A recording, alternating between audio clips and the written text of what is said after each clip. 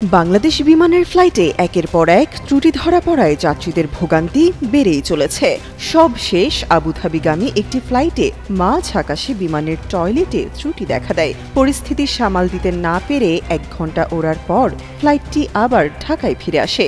বিমান সূত্র থেকে জানা যায়, গত বুধবার রাতে বাংলাদেশ এয়ারলাইন্সের BG327 ফ্লাইটটি ঢাকা থেকে আবুধাবির উদ্দেশ্যে রওনা হয়, কিন্তু আকাশে ওড়ার ১ ঘণ্টা পরেই ৩টি টয়লেটের ফ্লাশ অকার্যকর হয়ে পড়ে, যা যাত্রীদের মধ্যে অস্বস্তি সৃষ্টি করে। পাইলট তখন নিরাপত্তার কথা বিবেচনা করে ঢাকায় ফিরে আসার সিদ্ধান্ত নেন।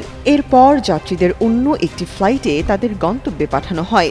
গত ২০ দিনে এটি নিয়ে ষষ্ঠবারের মতো বিমানের বোয়িং উড়োজাহাজে যান্ত্রিক গোলযোগ দেখা দিল। এর আগে ইঞ্জিনে অতিরিক্ত কম্পন, ল্যান্ডিং গিয়ার ত্রুটি, কেবিন প্রেসার সমস্যা এবং চাকার ত্রুটির মতো ঘটনাও ঘটেছে। বিশেষজ্ঞদের মতে, রক্ষণাবেক্ষণের অভাব অথবা পুরনো উড়োজাহাজগুলো ঠিকমতো দেখাশোনা না করার কারণে এমন ঘটনা বারবার ঘটছে। এই পরিস্থিতি শুধু যাত্রীদের সময় নষ্ট করছে না, বরং তাদের নিরাপত্তা নিয়েও প্রশ্ন তুলছে।